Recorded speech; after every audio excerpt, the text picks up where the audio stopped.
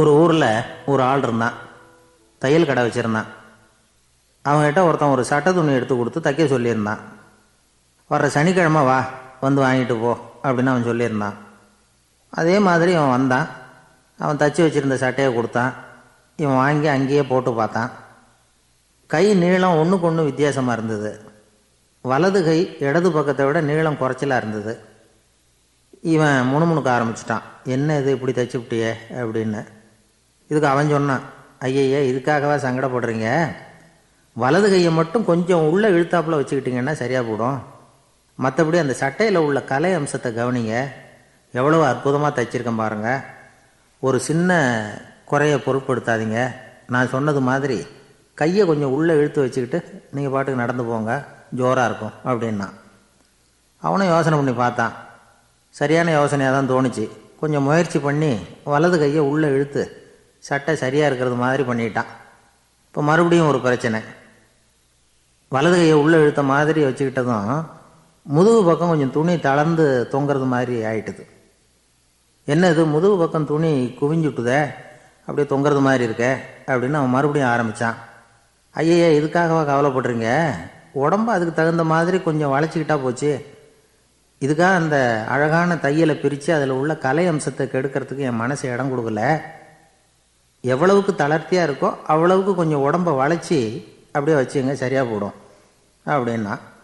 இதுவும் நல்ல யோசனையாக போடுதே அப்படின்னு நினச்சானா இவன். சரின்னு சொல்லிவிட்டு புறப்பட்டான். தெருவில் இறங்கினான். கையை கொஞ்சம் உள்ளே இழுத்தான். உடம்பை கொஞ்சம் வளைச்சி வச்சுக்கிட்டான். சட்டைக்கு தகுந்த மாதிரி பண்ணிட்டான். அப்படியே மெதுவாக நடந்து போனான். இப்போ எதிரில் இன்னொருத்தன் வந்தான். இவனை பார்த்தான். இவன் போட்டிருக்கிற சட்டையை பார்த்தான். ஆஹா, அற்புதமாக இருக்கு. நான் சும்மா சொல்லக்கூடாது, ரொம்ப நல்லா இருக்குது. இது நிச்சயமாக இது இந்த ஊர் மேலே தெருவில் ஒருத்தன் இருக்கிறானே, அவன் தைச்சதாக தான் இருக்கணும் அப்படின்னு நானான். இதை கேட்டதும் அவனுக்கு ஆச்சரியம் ரொம்ப. எப்படி அவ்வளவு கரெக்டாக கண்டுபிடிச்சிங்க அப்படின்னு கேட்டிருக்கான். இதுக்கு அந்த வழிப்போக்கம் சொன்னானா. அவன் ரொம்ப கெட்டிக்காரன். உங்களை மாதிரி உடம்பும் கையும் வளைஞ்சு போன ஒரு ஆளுக்கு அவனை தவிர வேற யாராலையும் இவ்வளவு பொருத்தமான சட்டையை தைக்க முடியாது அப்படின்னு நானான். பாருங்க, அவனுக்காக இவன் அனுசரிக்க போய் இவனோட நிலைமை எப்படி ஆயிடுது பாருங்க. இதே மாதிரி தான் சில சடங்குகளும் சம்பிரதாயங்களும் நம்மளை கோமாளியாக ஆக்கி விட்டுரும். எதுவாக இருந்தாலும் அதில் அறிவுபூர்வமான அணுகுமுறை அவசியம். ஒரு நர்ஸு அவசரமாக ஓடி வந்து டாக்டர்கிட்ட சொல்லிச்சான், டாக்டர், ஒரு தப்பு நடந்து போச்சு. 10ஆம் நம்பர் பெட்டில் இருக்கிற பேஷண்ட்டுக்கு காலில் ஆப்ரேஷன் பண்ணுறதுக்கு பதிலாக கையில் ஆப்ரேஷன் பண்ணிவிட்டீங்க. கையை ஆப்ரேஷன் பண்ண வேண்டிய ஆள் 7ஆம் நம்பர் பெட்டில் இருக்கார் அப்படின்னு தான். இதுக்கு அவர் பதட்டப்படாமல் சொன்னாராம், பரவாயில்ல, இவரை தூக்கி 7ஆம் நம்பர் பெட்டில் போட்டுரு அப்படின்னாராம்.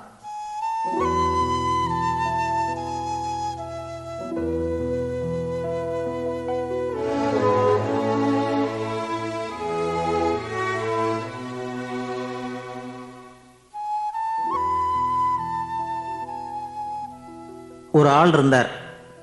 அவர் தன்னை ஒரு குருன்னு சொல்லிக்கிட்டார். மௌன குரு, வாயை திறக்கிறதில்ல. அவருக்கு 2 சீடர்கள் உண்டு. இவங்க தான் வர்றவங்க கிட்ட பேசுவாங்க, விளக்கம் கொடுப்பாங்க.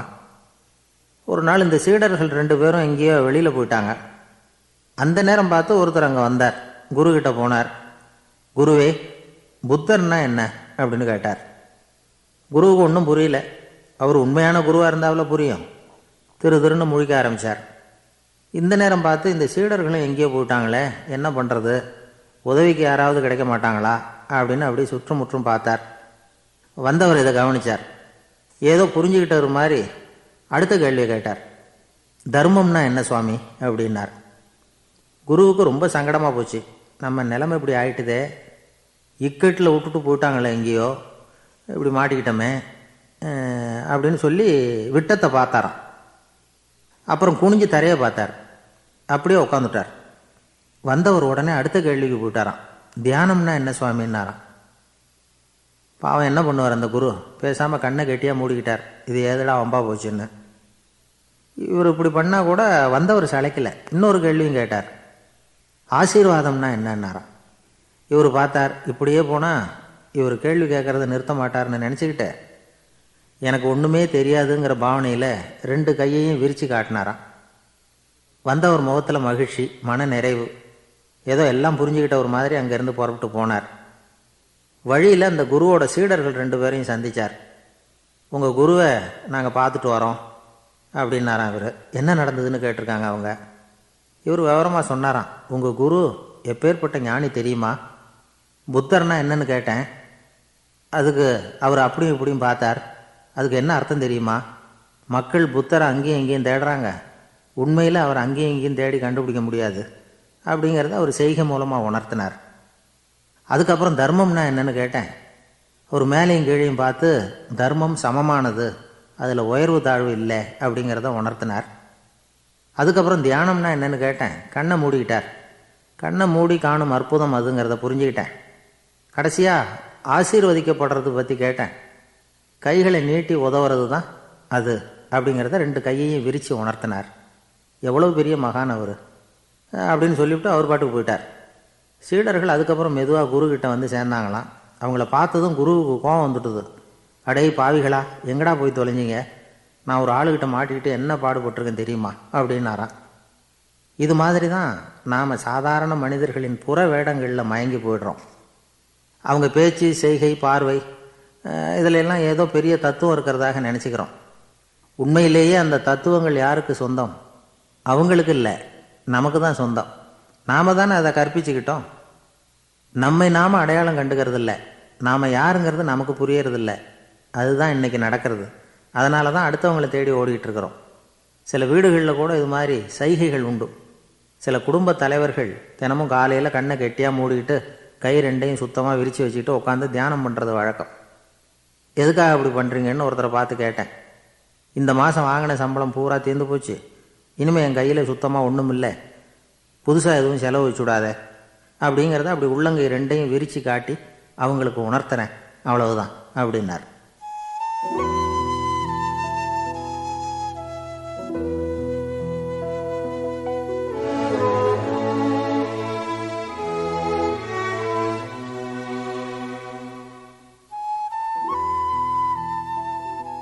ஒரு பெரிய நினைவு மண்டபம்.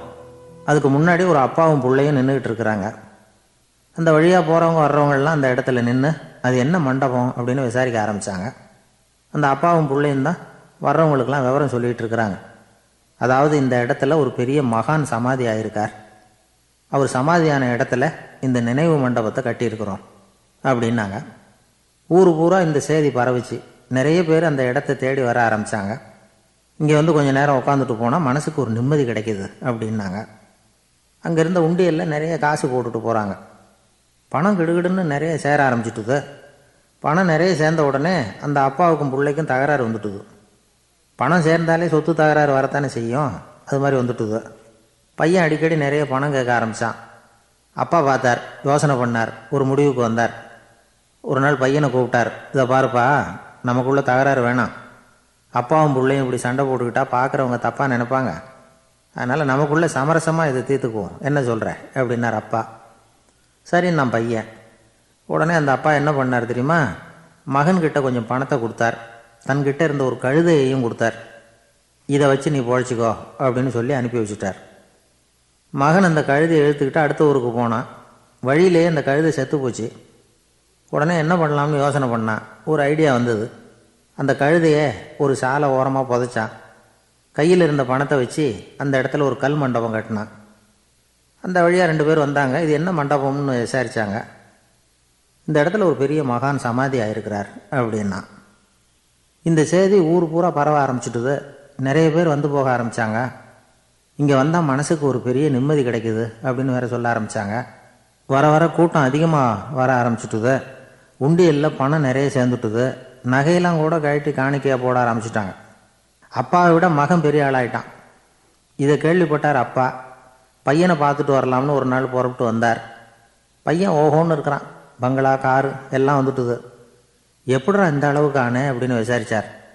அப்பா, எல்லாம் உங்கள் ஆசீர்வாதம் தான், நீங்கள் கொடுத்த மூலதனத்தை வச்சு தான் இவ்வளவும் சம்பாதிச்சேன் அப்படின்னு நான் பையன். அது எப்படிறான்னு விசாரித்தார். அப்பா, நீங்கள் ஒரு கழுதை குட்டியும் கொஞ்சம் பணமும் என்கிட்ட கொடுத்து அனுப்பி வச்சிங்க, அதை எடுத்துக்கிட்டு வந்தேன். வர்ற வழியில் அந்த கழுதை செத்து போச்சு.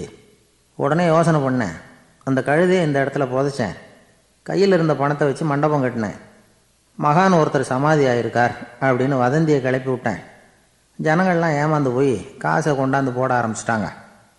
நான் பொழைச்சிக்கிட்டு இருக்கிறேன் அப்படின்னா. இப்போதான்டா நீ என் புள்ள அப்படின்னு சொல்லி சந்தோஷப்பட்டாரான் அந்த அப்பா. ஏன் அப்படி சொல்கிறீங்கன்னு கேட்டிருக்கான் பையன். கழுத குட்டியை புதைச்சி மண்டபம் கட்டியிருக்கிற நீ, ஏற்கனவே நம்ம ஊரில் நாம் கட்டியிருக்கிறோமே மண்டபம், அது இந்த கழுதையோட அம்மாவை புதைச்ச இடம். மகான் சமாதி ஆயிருக்காருன்னு நானும் சும்மா கப்ஸாக தான் விட்டுக்கிட்டு இருக்கேன் அப்படின்னாரான் அப்பா. முட்டாள் ஜனங்களை நினச்சி அந்த 2 பேரும் சத்தம் போட்டு சிரிச்சாங்களாம். மனுஷன் ஏமாத்துறது ரொம்ப சுலபம். என் கூட படித்த ஒருத்தன் திடீர்னு ஒரு நாள் எல்லாருக்கும் அருள் வாக்கு சொல்ல ஆரம்பிச்சிட்டான். அவன் ஒரு ஆஃபீஸ்லேயும் வேலை பார்க்குறான். ஆஃபீஸில் உள்ளவங்கள்லாம் அவங்ககிட்ட வந்து அருள் வாக்கு கேட்குறது வழக்கம். ஒரு நாள் நான் அவன் முன்னாடி போய் உட்காந்து பேசிக்கிட்டு இருந்தேன். அப்போ அதே ஆஃபீஸில் வேலை பார்க்குற ஒருத்தர் அவங்ககிட்ட வந்து, சுவாமி, என் மேஜையில் வச்சுருந்த பேனா திடீர்னு காணாமல் போட்டுது, அது திரும்ப கிடைக்குமா எனக்கு அப்படின்னு கேட்டார். இவன் கண்ணை உருட்டி பார்த்துட்டு, அது உனக்கு கிடைக்காது, புதுசாக வேற ஒன்று வாங்கிக்கப்போ அப்படின்னா. சரின்னு அவர் போயிட்டார். அவர் போனதுக்கப்புறம் நான் மெதுவாக இவனை பார்த்து, அது எப்படிறா அது உனக்கு கிடைக்காதுன்னு அவ்வளோ உறுதியாக அவர்கிட்ட சொன்னேன் அப்படின்னு கேட்டேன்.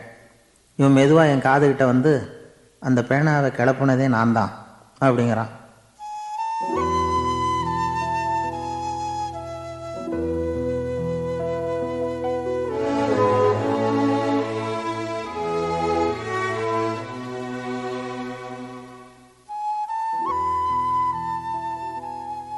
ஒரு ஊரில் ஒரு ஆள் இருந்தான். அவனுக்கு வெளிநாட்டுக்கு போகணும்னு ஆசை. ஆனால் அவனுக்கு எந்த மொழியும் தெரியாது. இருந்தாலும் சமாளிச்சுக்கலாம்னு முடிவு பண்ணிட்டு கிளம்பிட்டான். ஏதோ ஒரு தேசத்துக்கு போய் சேர்ந்தான். அங்கே அவனுக்கு யாரையும் தெரியாது. அவங்க என்ன மொழியில் பேசிக்கிறாங்க அப்படிங்கிறது கூட புரியல. என்ன பண்ணுறதுன்னு யோசனை பண்ணிட்டு ஒரு இடத்துல நின்றுக்கிட்டு இருக்கிறான். எதிர ஒரு பெரிய கட்டிடம். நிறைய பேர் உள்ளே போயிட்டு இருக்கிறாங்க. இவனும் அவங்க பின்னாடியே உள்ளே போனான். ஒரு பெரிய அறை, அலங்காரம்லாம் பண்ணி வச்சுருக்கிறாங்க. நிறைய பேர் சாப்பிட்றதுக்காக உட்காந்துருக்குறாங்க. இவனுக்கு நல்ல பசி. அதனால் இவனும் உட்காந்தான். சாப்பாடு போட்டாங்க, சாப்பிட்டான். அன்பான உபசரிப்பு. இவன் மனசு உள்ள நினச்சிக்கிட்டான், இது ஏதோ அரசருடைய அரண்மனை மாதிரி தெரியுது, இன்றைக்கி ஏதோ விருந்து நடக்குது, நல்ல வேளை நம்ம பசியும் தீர்ந்துது அப்படின்னு நினச்சிக்கிட்டே நிமிர்ந்து பார்க்குறான். சாப்பாடு பரிமாறினவன் எதிரில் ரொம்ப பணிவோடு முதுகை வளைச்சி வணக்கம் தெரிவித்தான். இவனும் எழுந்திரிச்சு நின்று முதுகை வளைச்சி வணக்கம் தெரிவித்தான். ரொம்ப நன்றின்னா. அவன் ஒரு சீட்டை இவன் கையில் கொடுத்தான். இவன் அதை வாங்கி பார்க்குறான். என்ன எழுதியிருக்குன்னு ஒன்றும் புரியல. சரி, இந்த நாட்டில் தங்களுடைய நன்றியை சீட்டில் எழுதி தான் கொடுப்பாங்க போல இருக்கு அப்படின்னு நினச்சிக்கிட்டு மறுபடியும் நன்றின்னா. ஆனால் அவன் காசை கொடுங்கன்னான். ஏன்னா அது ஒரு ஹோட்டல், இவன் சாப்பிட்டதுக்கான பில் அது. இவன் அதை புரிஞ்சிக்கவே இல்லை. நன்றின்னு அந்த சீட்டில் எழுதி கொடுக்குறாங்க போல இருக்கு அப்படின்னு நினச்சிக்கிட்டு அதை வாங்கி சட்டை பையில் பத்திரமா வச்சுக்கிட்டு, பரவாயில்லைங்க, ரொம்ப மகிழ்ச்சின்னா. ஒரு வெளிநாட்டுக்காரனுக்கு இவ்வளவு தூரம் மரியாதை பண்ணுறீங்களே, எங்கள் ஊருக்கு போனதும் உங்களை பற்றி நிறைய சொல்லுவேன் அப்படின்னா. இவன் என்ன சொல்கிறான்னு அவனுக்கு புரியல. இவனை பிடிச்சி அழைச்சிட்டு போய் முதலாளி முன்னாடி நிறுத்தினான். நாம் சொன்னதில் இவனுக்கு ரொம்ப பெருமையாக இருக்கணும் போல இருக்கு, அதுதான் பெரிய இடத்துக்கு அழைச்சிட்டு வந்திருக்கிறான் அப்படின்னு இவன் நினச்சிக்கிறான். அவரும் பில்லுக்கான பணத்தை கொடுங்கிறாரு. பரவாயில்லைங்க, ரொம்ப மகிழ்ச்சி, நன்றிங்கிறான் இவன். அவரு பார்த்தார், இவனை நீதிமன்றத்துக்கு அனுப்பி வச்சுட்டார். இவன் என்ன நினச்சிக்கிட்டான், நம்மளை இந்த ஊர் ராஜா முன்னாடியே அழைச்சிக்கிட்டு வந்து நிறுத்தி இருக்கிறாங்க போல இருக்கு, என்ன ஒரு பெருந்தன்மை அப்படின்னு நினச்சிக்கிறான். நீதிபதி சொன்னார், சாப்பிட்டதுக்கான பணத்தை கொடுத்துரு, இல்லைன்னா அதுக்கான தண்டனை அனுபவிக்க வேண்டியிருக்கும்னார். ராஜாவே நமக்கு நன்றி சொல்கிறாரு போல இருக்கு அப்படின்னு நினச்சிக்கிறான் இவன். என் மகிழ்ச்சிக்கு எல்லையே இல்லைங்க அப்படின்னா. அவர் பார்த்தார், இவனுக்கு தண்டனை கொடுக்க வேண்டியது தான் அப்படின்னு முடிவு பண்ணார். உடனே தீர்ப்பு எழுதினார். இவனை கழுதையில் பின்புறமாக உட்கார வைங்க, இவன் ஒரு மோசடிக்காரன் அப்படின்னு ஒரு போர்டு எழுதி அவன் கழுத்தில் மாட்டுங்க, அப்புறம் அந்த கழுதையை ஊர் பூரா விரட்டுங்க அப்படின்னார். இவனுக்கு தான் மொழி புரியலையே, ஏதோ நடக்குது அப்படிங்கிறது மட்டும் புரியுது. எல்லாரும் சேர்ந்து இவனை ஒரு கழுதை மேலே உட்கார வச்சாங்க. ஓஹோ, நம்மளை பாராட்டி ஒரு ஊர்வலம் நடத்துகிறாங்க போல இருக்கு அப்படின்னு நினச்சிக்கிறான் இவன். எல்லாரும் சத்தம் போட்டுக்கிட்டே கையை தட்டிக்கிட்டு கழுதை பின்னாடி ஓடி வர்றாங்க. இவனுக்கு ரொம்ப உற்சாகமாக இருக்குது. எல்லாருக்கும் கை கூப்பி வணக்கம் சொல்லிக்கிட்டே போகிறான். கூட்டத்தில் திடீர்னு ஒரு தெரிஞ்ச முகம் தெரியுது. அவனுடைய தேசத்தை சேர்ந்த ஒரு ஆள் அவன். அவனை பார்த்ததும் இவனுக்கு ரொம்ப உற்சாகம். நம்ம ஊருக்கு போனதும் இங்கே நமக்கு கிடைச்ச மரியாதையெல்லாம் உண்மைதான்னு சொல்கிறதுக்கு ஒரு சாட்சியும் கிடைச்சிட்டுது அப்படின்னு நினச்சிக்கிறான். அவனை பார்த்து கத்தனான், நல்லா பார்த்துக்க, இந்த ஊர் மக்கள் எனக்கு எப்படிப்பட்ட வரவேற்பு கொடுக்குறாங்கங்கிறத நல்லா கவனிச்சுக்கோ அப்படிங்கிறான். அவனுக்கு அவமானமாக போட்டுது. தலையை குனிஞ்சிக்கிட்டே நழுவி போயிட்டான். இவன் பார்த்தான், அவன் தலை தெரியல. ஆகா, அவனுக்கு நம்ம மேலே பொறாமை போல இருக்கு, அதனால தான் காணாமல் போயிட்டான் அப்படின்னு நினச்சிக்கிறான். இப்படி ஒரு வேடிக்கை கதையை பெரியவங்க சொல்கிறது உண்டு. கதை வேடிக்கையாக இருந்தாலும் இதில் உள்ள கருத்து என்ன தெரியுமா? அந்த கழுதை மேலே உட்காந்துருக்கிறானே, அது மாதிரி தான் நாமளும் அகங்காரங்கிற கழுதை மேலே உட்காந்துக்கிட்டு இருக்கோமா. நாமளும் கிட்டத்தட்ட அதே மாதிரி பிரம்மையில் தான் இருக்கிறோமா. என்ன நடக்குதுங்கிறதே புரியறதில்லை. அகங்காரத்தில் பேசுகிறவனுக்கும் சித்த சுவாதீனம் இல்லாமல் பேசுகிறவனுக்கும் அதிக வித்தியாசம் இருக்கிறதில்ல. அது மாதிரி ஒருத்தன் தன்னுடைய வீட்டை சுற்றி சேற்றை வாரி இறைச்சிக்கிட்டு இருந்தானா. அந்த வழியாக வந்த ஒரு பெரியவர் அதை பார்த்துருக்கார். என்னப்பா பண்ணிகிட்டு இருக்கிற அப்படின்னு கேட்டாரான். கழுதைகளை விரட்டிக்கிட்டு இருக்கிறேன் அப்படின்னானா. இங்கே கழுதைகளே காணுமே அப்படின்னாரான் அவர். அதுதான் ஏற்கனவே விரட்டி விட்டனே அப்படின்னானா இவன்.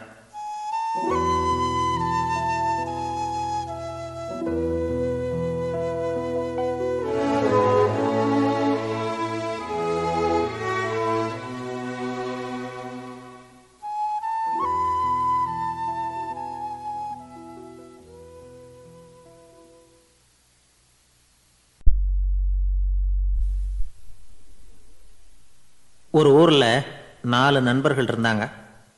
4 பேரும் சோம்பேறிகள். 4 பேருக்கும் எந்த வேலையும் செய்யறதுக்கு உடம்பு வளையறதில்லை. இருந்தாலும் சோம்பேறித்தனத்தில் ஒருத்தருக்கு ஒருத்தர் கொஞ்சம் வித்தியாசம் உண்டு. அதுக்கு தகுந்த மாதிரி அவங்களுக்கு பேர் அமைஞ்சு போச்சு. ஒருத்தன் கால் சோம்பேறி, இன்னொருத்தன் அரை சோம்பேறி, அடுத்தவன் முக்கால் சோம்பேறி, கடைசி ஆள் முழு சோம்பேறி. இவங்க 4 பேரும் நண்பர்கள். அப்புறம் எப்படி காரியம் நடக்கும்? 4 பேரும் ஒரு வீதியில் அப்படியே நடந்து போய்கிட்டு இருக்கிறாங்க. நல்ல பசி. எங்கேயாவது சோறு போடுவாங்களா அப்படின்னு பார்த்துக்கிட்டே வந்தாங்க. அவங்க வந்த வழியில் ஒரு ரூபா காசு கிடந்தது தரையில். அவங்க கண்ணில் அது பட்டுது. ஆனாலும் அதை குனிஞ்சு எடுக்கணுமே, அதுக்கு சோம்பேறித்தனம். முழு சோம்பேறி பார்த்தான். பக்கத்தில் வந்துக்கிட்டு இருந்த முக்கால் சோம்பேறிக்கிட்ட சொன்னானா, டேய் அதை கொஞ்சம் குனிஞ்சு எடுறா அப்படின்னானா. அவன் என்ன பண்ணான் தெரியுமா? அதுக்கு அடுத்தபடியாக வந்த அரை சோம்பேறிக்கிட்ட சொன்னானா, டேய் நீ அதை கொஞ்சம் குனிஞ்சு எடுறா அப்படின்னானா.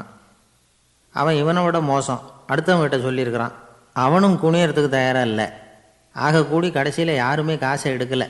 என்னத்துக்கு அனாவசியமாக உடம்பை வளைச்சிக்கணும் அப்படின்னு எல்லாரும் பேசாமல் வந்துட்டாங்க. அவங்க பாட்டுக்கு நடந்து வந்துக்கிட்டே இருக்கிறாங்க. எதிரில் ஒருத்தன் வாழைப்பழத்தை வண்டியில் வச்சு தள்ளிக்கிட்டே வந்தான். ரூபாய்க்கு 4 பழம்னு கூவி விற்றுக்கிட்டே வர்றான். இப்போ அந்த முழு சோம்பேறி சொன்னானா, டேய் வழியில் கிடந்ததை ரூபா, அதையாவது எடுத்துக்கிட்டு வந்திருந்தா இப்போ இந்த பழத்தை வாங்கி ஆளுக்கு ஒன்று சாப்பிட்லாமே அப்படின்னானா. ஆமாம் சாப்பிட்ருக்கலாமே அப்படின்னாங்களாம் மற்றவங்களும். ஆனாலும் திரும்பி போய் அதை எடுக்கணும்னு யாருக்கும் தோணலை. பேசாமல் சோர்ந்து போய் நடந்து வந்தாங்களாம். இருட்டி போச்சு. வழியில் ஒரு கோவில். சரி இங்கேயே படுத்து தூங்குவோம் அப்படின்னா ஒருத்தன். அதுதான் சரின்னாங்க மற்றவங்களும். அப்படியே மண்டபத்தில் படுத்துட்டாங்க. கோவில் அர்ச்சகர் வேலையெல்லாம் முடிச்சுவிட்டு வெளியில் வந்திருக்காரு. இவங்கள பார்த்தாராம். ஏன் இப்படி சோர்ந்து போய் கிடக்குறீங்க அப்படின்னு விசாரிச்சிருக்கார். 2 நாளாச்சுங்க நாங்கள் சாப்பிட்டு அப்படின்னாங்களாம். அவர் உடனே ஐயோ பாவம் அப்படின்னு சொல்லி பானை, விறகு, அரிசி, தண்ணி எல்லாம் கொடுத்து நீங்களே சமையல் பண்ணி சாப்பிட்டுக்குங்க அப்படின்னு சொல்லிவிட்டு போயிட்டார். இந்த 4 பேருக்கும் சமையல் பண்ணி சாப்பிட்ணும்னு ஆசையாக தான் இருந்தது. ஆனால் அடுப்பு பற்ற வைக்கணுமே, அதுக்கு தீப்பெட்டி வேணுமே. தீப்பெட்டி இல்லை. இப்போ முழு சோம்பேறி ஆரம்பித்தான். அடுத்தவனை பார்த்து, டேய் கடைக்கு போய் ஒரு தீப்பெட்டி வாங்கிட்டு வாயேன் அப்படின்னு நானான். அவன் வழக்கம் போல் அடுத்தவங்ககிட்ட சொல்லியிருக்கான். அவன் அதுக்கு அடுத்தவங்ககிட்ட சொல்லியிருக்கிறான். கடைசியாக கால் சோம்பேறிக்கிட்ட வந்து சேர்ந்தது. அவனும் அது நம்மால் முடியாது அப்படின்னு பேசாமல் இருந்துட்டான். இப்போ தீப்பெட்டி வேணுமே, அதுக்கு என்ன பண்ணுறது? அவங்களுக்குள்ளே பேசி ஒரு முடிவுக்கு வந்தாங்களாம். அதாவது யார் முதல்ல வாயை திறந்து பேசுகிறாங்களோ அவங்க தான் தீப்பெட்டி வாங்கிறதுக்கு போகணும் அப்படின்னு. அவ்வளவுதான். உடனே 4 பேரும் வாயை கெட்டியாக மூடிக்கிட்டு படுத்துக்கிட்டாங்க. அவங்க சமையல் பண்ணி சாப்பிட்டாங்களா என்ன அப்படிங்கிறது அர்ச்சகருக்கு தெரியல. சரி பார்த்துட்டு வரலாமேன்னு வந்தார். வந்து பார்க்குறாரு, இவங்க 4 பேரும் அசையாமல் படுத்து கிடக்குறாங்க. அர்ச்சகர் பயந்துட்டார். ஒருவேளை பசி தாங்காமல் செத்து போட்டாங்களோ அப்படிங்கிற பயம், அல்லது நாம் கொடுத்த உணவுப் பொருளில் ஏதாவது விஷம் கலந்துருக்குமோ அப்படின்னும் பயந்தார். அப்படின்னா நம்ம மேலே பழி வந்துருமே அப்படின்னு நினச்சி நடுங்க ஆரம்பிச்சிட்டார். அப்புறம் அவரும் ஒரு முடிவுக்கு வந்தாராம். கோவிலுக்கு பக்கத்துலேயே ஒரு பெரிய குழி இருந்தது. அதில் ஒவ்வொருத்தரையாக இழுத்துக்கிட்டு போய் போட்டார். கொஞ்சம் மண்ணை தள்ளினார், காலால் மிதித்தார். அவர் மிதித்த மிதி ஒருத்தன் அடி வயத்தில் போட்டுவிட்டுது. அவன் உடனே வலி தாங்காமல் ஐயோ அம்மான்னு அலறினான். உடனே நடந்தது என்ன தெரியுமா? மற்ற 3 பேரும் துள்ளி எழுந்திரிச்சாங்களாம். அவனை பார்த்து நீ தாண்டா தீப்பெட்டி வாங்க போகணும், நீ தாண்டா வாங்க போகணும், நீ தான் சத்தம் போட்ட அப்படின்னு சொல்லி ஆரம்பிச்சிட்டாங்களாம். அர்ச்சகர் பார்த்தார், இது பேய் மாதிரி தெரியுதுன்னு நினச்சிக்கிட்டு ஒரே ஓட்டமாக ஓடி போட்டாராம். கிராமப்புறங்களில் இப்படி ஒரு கதையை சொல்கிறது உண்டு. சோம்பல்ங்கிறது நம்ம முன்னேற்றத்துக்கு பெரிய தடை அப்படிங்கிறத நாம் புரிஞ்சுக்கணும். அதுதான் இந்த கதை சொல்கிற நீதி. ஒரு பள்ளிக்கூடத்தில் ஒரு புதுமையான போட்டி நடந்துதான். அதாவது சோம்பேறித்தனத்துக்கு பரிசு. அதில் 2வது பரிசு யாருக்குன்னு அறிவித்தாங்க. ஒரு பையன் எழுந்திரிச்சு மெதுவாக நடந்து போய் பரிசை வாங்கிட்டான். அடுத்தது முதல் பரிசு யாருக்கு அப்படின்னு அறிவித்தாங்களாம். அவன் கடைசி வரிசையிலேருந்து கத்தனானான், ஐயா அதையும் அந்த பையன் மூலமாகவே கொடுத்து அனுப்பி வச்சுருங்க, இங்கே வந்தது நான் வாங்கிக்கிறேன் அப்படின்னு நானான்.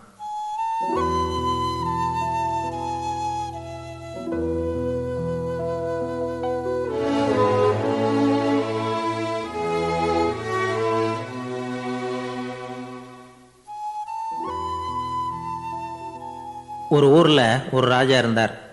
அவர் ஒரு நாள் காலையில் அரண்மனையில் மேல் மாடத்தில் வந்து நின்றுக்கிட்டு இருந்தார். அப்போ ஒரு ஆள் வீதியில் ரொம்ப வேகமாக ஓடிக்கிட்டு இருக்கான். அதை ராஜா கவனித்தார். அவன் மனசில் ஏதோ ஒரு தவிப்பு இருக்குங்கிறத புரிஞ்சுக்கிட்டார். உடனே அரண்மனை சேவகர்களை கூப்பிட்டார். அந்த ஆளை இங்கே அழைச்சிட்டு வாங்க அப்படின்னார். இவங்க ஓடி போய் அந்த ஆளை அழைச்சிட்டு வந்தாங்க. மன்னர் முன்னாடி நிறுத்தினாங்க. மன்னர் அவனை நிமிர்ந்து பார்த்தார். எதுக்காக இவ்வளோ வேகமாக ஓடிக்கிட்டு இருக்கிற அப்படின்னு கேட்டார். இதுக்கு அவன் சொன்னான், மன்னா, நம்ம கோட்டையின் வடக்கு வாசல் இருக்கு இல்லையா, அது ஓரமாக ஒரு பெரிய பாறாங்கல் கிடக்கு. அதுக்கு அடியில் நான் ஒரே ஒரு வெள்ளி நாணயத்தை புதைச்சி வச்சுருக்கேன். அது இப்போ எனக்கு தேவைப்படுது. என்னுடைய மனைவிக்கு ஒரு பரிசு வாங்கி கொடுக்க வேண்டியிருக்கு. அதுக்காக தான் அவசரமாக ஓடிக்கிட்டு இருக்கிறேன் அப்படின்னா. மன்னர் யோசனை பண்ணார். அப்புறம் சொன்னார், அதுக்காகவா இப்படி ஓடுற? பரவாயில்ல, அதை பற்றி கவலைப்படாத. நான் உனக்கு 10 வெள்ளி காசுகள் தர்றேன், வாங்கிட்டு திரும்பி போ அப்படின்னார். இவன் தலையை சொரிஞ்சான். மன்னா, நீங்கள் கொடுக்கறத ரொம்பவும் மகிழ்ச்சியோடு வாங்கிக்கிறேன். இருந்தாலும் அதுக்கப்புறம் அந்த வடக்கு வாசலுக்கு போய் அங்கே இருக்கிற ஒரு நாணயத்தையும் எடுத்துக்கிட்டு போயிடுறேனே அப்படின்னானா.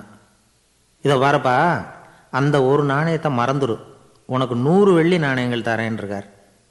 மன்னா, ரொம்ப மகிழ்ச்சி. உங்கள் மாதிரி தாராள குணம் வேறு யாருக்கும் வராது. நீங்கள் கொடுக்குற 100 நாணயங்களையும் வாங்கிக்கிறேன்.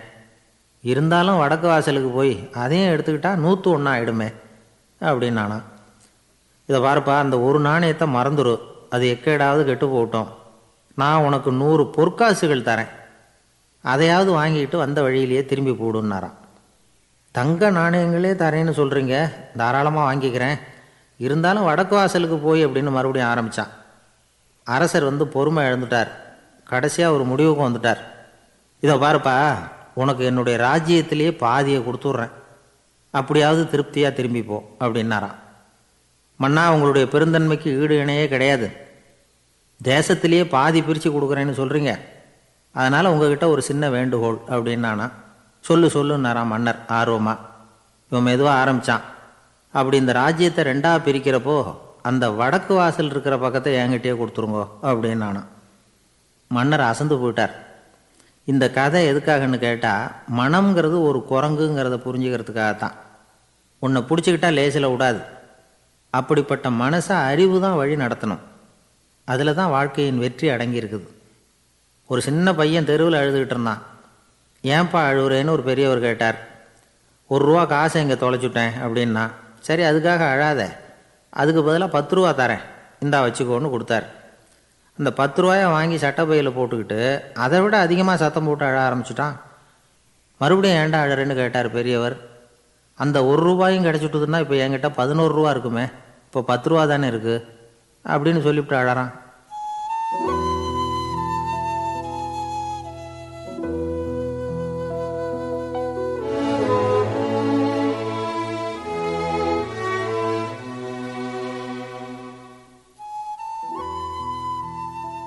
என்னுடைய நண்பர் ஒருத்தர், அவருக்கு ஜாதகத்தில் நம்பிக்கை உண்டு. அவரே ஜோசியம்லாம் பார்ப்பார். என்ன சார் இந்த காலத்தில் இதையெல்லாம் நம்பிக்கிட்டு இருக்கீங்களே அப்படின்னு கேட்டால், உங்களுக்கு ஒன்றும் தெரியாது சார். இந்த உலகத்தில் ஒவ்வொருத்தரும் அவங்கவங்க செய்கிற நல்லது கெட்டதுக்கு தகுந்த பலனை அனுபவிச்சே தீரணும் பார். அது மட்டும் இல்லை, ஒருத்தன் செத்துட்டா கூட அவன் செஞ்ச பாவ புண்ணியங்கள் கூடவே போய்கிட்டு இருக்கோம் பார். அது எப்படி கூட போவோம் அப்படின்னு குதர்க்கமாக கேட்டால், அதுக்கு அவர் ஒரு கதை சொன்னார். அது ரொம்ப சுவாரஸ்யமாக இருந்தது. அது என்ன கதைன்னா, ஒரு ஊரில் ஒருத்தர் இருந்தாராம். அவர் ஜோசியம் பார்க்குறதுல ரொம்ப கெட்டிக்காரரான். ஒருத்தருடைய தலைமுடியை மட்டும் அவர்கிட்ட காட்டினா போதும், அதை மட்டும் பார்த்துட்டு அவருடைய ஜாதகத்தையே அலசி போடுவாராம். அப்பேற்பட்ட திறமை. அந்த ஆள் ஒரு சமயம் கன்னியாகுமரி கடற்கரைக்கு போயிருந்திருக்கார். அங்கே கரை ஓரமாக ஒரு மண்டை ஓடு கிடந்திருக்கு. அதை எடுத்து பார்த்துருக்கார். அந்த மண்டை ஓட்டை வச்சுக்கிட்டே அதோட ஜாதகத்தை அலசியிருக்கார். இந்த மண்டை ஓட்டுக்கு உரிய ஆசாமி வாழ்க்கையில் ரொம்ப கஷ்டப்பட்டிருக்கணும், நிறைய கஷ்டத்தை அனுபவிச்சிருக்கணும். அது தாங்க முடியாமல் தான் கடலில் விழுந்து தற்கொலை பண்ணிகிட்டு இருக்கான் அப்படிங்கிறத அவர் கணிச்சுட்டார். இருந்தாலும் இந்த மண்டை ஓடு இன்னமும் அனுபவிக்க வேண்டியது பாக்கி இருக்குது அப்படிங்கிறத அவர் உணர்ந்தாராம். அது சரி, ஒருத்தன் உயிரோடு இருக்கிற வரைக்கும் நல்லது கெட்டதை அனுபவிக்க முடியும், செத்ததுக்கு அப்புறமும் பாக்கி இருக்குன்னா அதை எப்படி அனுபவிக்கிறது? இந்த மண்டை ஓட்டுக்கு இன்னும் கொஞ்சம் பாக்கி இருக்குங்கிறது அவருக்கு புரிஞ்சதே தவிர அதோட அர்த்தம் என்னங்கிறது சரியாக விளங்கலை. சரி, இதை இன்னும் கொஞ்சம் விவரமாக ஆராய்ச்சி பண்ணுவோம் அப்படின்னு நினச்சிக்கிட்டு அதை தன்னுடைய வீட்டுக்கு எடுத்துகிட்டு போயிட்டார். அந்த மண்டை ஓட்டை ஒரு பெட்டியில் வச்சு பூட்டினார். தன்னுடைய தனி அறையில் அதை பத்திரமா வச்சுக்கிட்டார். தினமும் ராத்திரி ஆனதும் தன்னுடைய மனைவியை பார்த்து, நீ போய் பூஜை அறையில் தனியாக படுத்துக்கோ அப்படின்னு சொல்லிவிட்டு தினம் ராத்திரி 12 மணிக்கு பெட்டியை திறந்து அவர் பார்ப்பார். மண்டை ஓடு அப்படியே இருந்தது தவிர இன்னும் கொஞ்சம் பாக்கி இருக்குங்கிறதுக்கு அர்த்தம் அவருக்கு விளங்கலை. அந்த மண்டை ஓட்டுக்கு இன்னும் என்ன பாக்கி இருக்க போகுது? எப்படியோ ஒரு 10 நாள் போச்சு. அந்த வீட்டம்மாவுக்கு சந்தேகம் வந்துட்டுது. நம்ம வீட்டுக்காரரு நம்மளை தனியாக ஏன் தூங்க சொல்கிறார் அப்படிங்கிற சந்தேகம். உடனே பக்கத்து வீட்டு அம்மா கிட்ட விஷயத்தை சொல்லியிருக்கிறாங்க. அந்த அம்மா உடனே, நீ கவலைப்படாத, நான் கண்டுபிடிச்சி சொல்கிறேன் அப்படின்னு சொல்லிவிட்டாங்களாம். அன்றைக்கி ராத்திரியே ஜன்னல் வழியாக எட்டி பார்த்துருக்குறாங்க. இந்த ஆள் மண்டை ஓட்டை கையில் வச்சுக்கிட்டு அது திருப்பி திருப்பி பார்த்துக்கிட்டு இருக்கிறான். அதை பார்த்துட்டாங்க. மறுநாள் காலையில் அவரோட மனைவியை பார்த்தாங்க. ஏம்மா, உன் வீட்டுக்காரருக்கு நீ முதல் மனைவியா 2வது மனைவியா அப்படின்னு கேட்டாங்களாம். எனக்கு தெரிஞ்ச வரைக்கும் நான் ஒருத்தி தான் அவருடைய மனைவி அப்படின்னாங்களாம் அவங்க. அப்படி இல்லை, நீ அவருக்கு 2வது மனைவி. முதல் மனைவியின் மண்டை ஓட்டை தான் அவர் தினமும் ராத்திரியில் எடுத்து பார்த்துக்கிட்டு இருக்கிறார் அப்படின்னாங்க அடுத்த வீட்டு அம்மா. அப்படியா விஷயம் அப்படின்னு சொல்லிவிட்டு கணவன் வீட்டில் இல்லாத நேரமாக பார்த்து அந்த மண்டை ஓட்டை எடுத்து கொண்டாந்து ஒரு உரலில் போட்டு உலக்கையால் குத்தி நொறுக்க ஆரம்பிச்சிட்டாங்க. வெளியில் போயிருந்த அந்த ஆள் அப்போ தான் உள்ளே நுழைஞ்சார். மண்டை ஓடு உலக்கைக்கிட்ட குத்து வாங்கிக்கிட்டு இருக்கு. அது அனுபவிக்க வேண்டியது இன்னும் கொஞ்சம் பாக்கி இருக்குங்கிறதுக்கு அர்த்தம் எனக்கு இப்போ தான் புரிஞ்சுது அப்படின்னாராம் அவர். இந்த கதையிலேருந்து நாம் இன்னொரு நீதியையும் புரிஞ்சுக்கணும். அதாவது நம்ம வீட்டை பற்றி நமக்கு புரியாததெல்லாம் அடுத்த வீட்டுக்காரங்களுக்கு நல்லா புரியும்.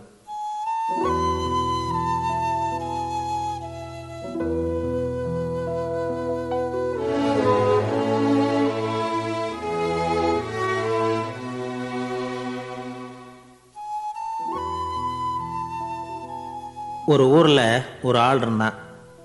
அவன் ஒரு நாள் கோயிலுக்கு போனான். கடவுள்கிட்ட வேண்டிக்கிட்டான், எனக்கு ஒரு 1,00,000 ரூபா நீ கொடுத்தா நான் உன் சன்னதியில் ஒரு தேங்காய் உடைக்கிறேன் அப்படின்னு வேண்டிக்கிட்டான். கடவுள் பார்த்தார். உடனே அவன் கண் முன்னாடி தோன்றினார். இந்தா நீ கேட்ட 1,00,000 ரூபாய் அப்படின்னு சொல்லி அவன் கையில் பணத்தை கொடுத்துட்டு மறைஞ்சிட்டார். இவனால் நம்பவே முடியல.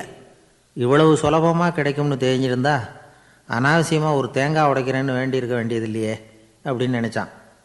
இருந்தாலும் வேண்டுதலை நிறைவேற்ற வேண்டியது கடமை. அதுக்காக என்ன பண்ணான், பக்கத்தில் ஒரு கடைக்கு போனான். ஒரு தேங்காயை கையில் எடுத்தான். இது என்ன விலைன்னு கேட்டான். 5 ரூபான்னார் கடையில் இருந்தவர். அதிகமாக இருக்குதே விலைன்னா. அப்படின்னா ஒன்று செய்யுங்க, அடுத்த ஊருக்கு போங்க, அங்கே தென்னந்தோப்பு அதிகம், அதனால் அங்கே இதை விட குறைஞ்ச விலைக்கு கிடைக்கும் அப்படின்னார். சரின்னு அடுத்த ஊருக்கு கிளம்புனான். அங்கே போய் விசாரித்தான். ஒரு தேங்காய் 3 ரூபாய் விலைன்னாங்க. இதுவும் அதிகமாக தெரியுதேன்னா. அப்படின்னா ஒன்று செய்ய, அதோ அந்த ஆற்று ஓரமாக ஒரு தென்னை மரம் இருக்கு பார், அதில் நீயே ஏறி பறிச்சுக்கோ, ஒரு தேங்காய்க்கு 1 ரூபா கொடுத்தா போதும் அப்படின்னார் அந்த தோப்புக்கு சொந்தக்காரரு. இவனுக்கு மரம் ஏற தெரியாது. இருந்தாலும் ஆசை யாரை விட்டுது, விலை சல்லிசாக இருக்குதே. ஆற்று உரம் போனால் தட்டு தடுமாறி அந்த மரத்தில் ஏறினா அந்த தென்னை மரம் வளைஞ்சி ஆற்று பக்கம் போய் அப்புறம் நிமிர்ந்து இருந்தது. அதாவது மரத்தின் உச்சி சரியாக ஆற்றுக்கு நடுவில் இருந்தது. ஆற்றுல வெள்ளம் கரை புரண்டு ஓடிக்கிட்டு இருக்கு. இவன் கடவுள் கொடுத்த 1,00,000 ரூபாயை மடியில் வச்சு இறுக்கி கட்டிக்கிட்டான். உச்சிக்கு போய் காய் பறிக்கிற சமயத்தில் காற்று மழையும் பலமாக கலந்து அடிக்க ஆரம்பிச்சுட்டுது. கால் வழுக்கி விட்டுட்டுது. இவன் சடார்னு ஒரு தென்னை மட்டையை பிடிச்சிக்கிட்டு தொங்க ஆரம்பிச்சிட்டான். கீழே பயங்கரமான வெள்ளம்.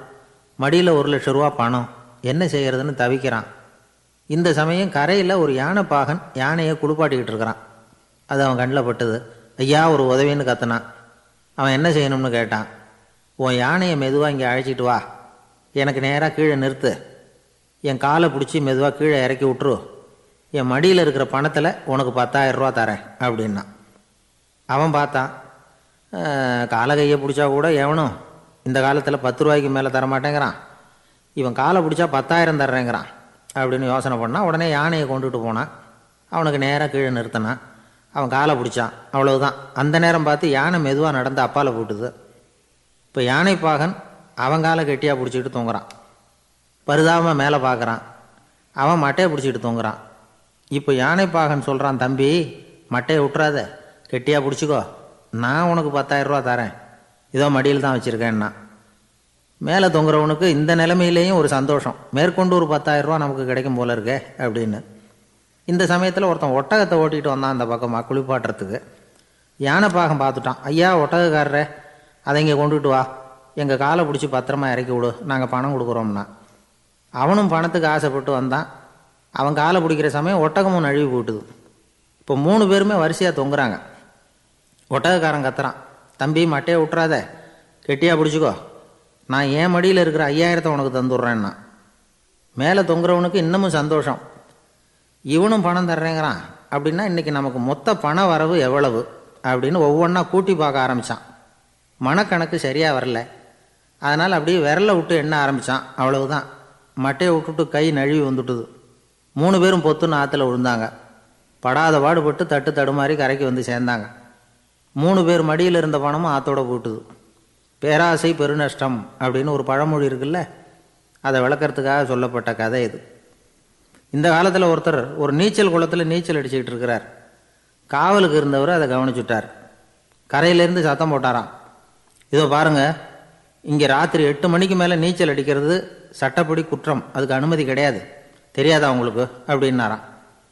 இதுக்கு அவர், ஐயையோ நான் நீச்சல் அடிக்க வந்தவன் இல்லைங்க, சும்மா சுற்றி பார்க்க வந்தவன், தடுமாறி குளத்தில் விழுந்துட்டேன், நீச்சல் தெரியாது, அதனால் தத்தளிச்சுக்கிட்டு இருக்கிறேன் அப்படின்னு கத்துனாராம்.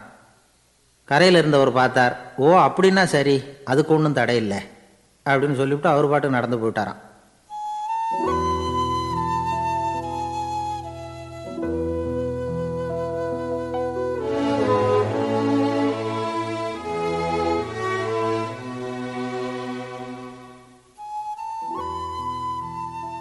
ஒரு ஊரில் ஒரு ஆள் இருந்தான். நிறைய பணம் சேர்த்தான். அவனுக்கு சம்பாதிக்க தெரியுமே தவிர செலவு பண்ண தெரியாது. மகா கஞ்சன். காசை கையில் எடுக்கவே மாட்டான். எடுத்தால் செலவு செய்ய வேண்டியிருக்குமே, அதனால் இப்படியே அவன் காலத்தை ஓட்டி விட்டான். வயசாகிட்டுது. அவனுடைய மனைவி ஒரு நாள் கேட்டாங்க, இவ்வளவு நாளாக நீங்கள் என்னை எங்கேயுமே அழைச்சிட்டு போனதில்லை, இப்போவாவது அழைச்சிட்டு போகக்கூடாதா அப்படின்னாங்க. எங்கே போகணும்னு சொல்லுன்னா. காசிக்கு போகணும், கங்கையில் குளிக்கணுன்னாங்க. இவன் பார்த்தான், இதுக்கு ஏன் அவ்வளோ தூரம் செலவு பண்ணிட்டு போகணும், நம்ம ஊர் ஆற்றுலையே குளிக்கலாமே, இதுவும் புண்ணிய நதி தான், இங்கே குளித்தா அங்கே குளித்த பலன் கிடச்சிரும் அப்படின்னா. சரின்னு 2 பேரும் ஆத்தங்கரைக்கு போனாங்க. அன்றைக்கி ஏதோ விசேஷம், நிறைய கூட்டம், நிறைய பேர் குளிச்சுக்கிட்டு இருக்கிறாங்க. கரையில் சில புரோகிதர்கள் நின்றுக்கிட்டு இருக்கிறாங்க. குளிக்கிறதுக்கு முந்தி அவங்கக்கிட்ட உட்காந்தா ஏதோ மந்திரம்லாம் சொல்லுவாங்க, கொஞ்சம் காசு கொடுக்க வேண்டியிருக்கும். அதனால் இவன் என்ன பண்ணான், ஆத்தங்கரையிலேயே கொஞ்சம் தூரம் போனான். ஊரை விட்டு தள்ளி வந்துட்டான். அங்கே யாருமே இல்லை. அப்பாடான்னு சந்தோஷப்பட்டான். குளிக்கலாம்னு புறப்பட்டான்.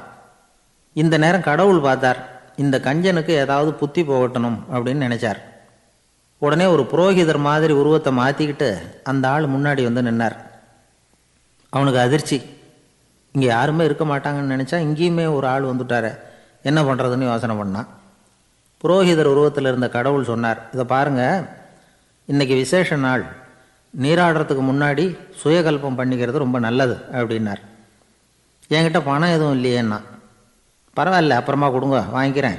ஆனால் ஒன்று, எவ்வளவு கொடுப்பீங்கிறத மட்டும் இப்போவே சொல்லிவிடுங்க அப்படின்னார். இவன் ரொம்ப யோசனை பண்ணான்.